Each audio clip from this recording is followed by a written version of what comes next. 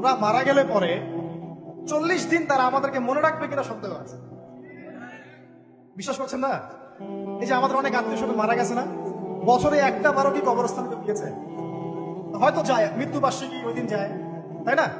দেখেন আমরা কিন্তু আস্তে আস্তে ভুলে গিয়েছিলাম, আমরা ব্যস্ত হয়ে গেছি। ঠিক একইভাবে তারাও আমাদেরকে ভুলে যাবে।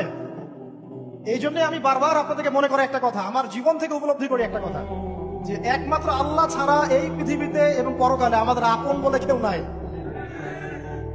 বাকি সবাই সবার স্বার্থের জন্য আছে। মানুষ মানুষের অবস্থানকেই মূল্যায়ন করে, মানুষ মানুষের অবস্থানকেই মূল্যায়ন করে।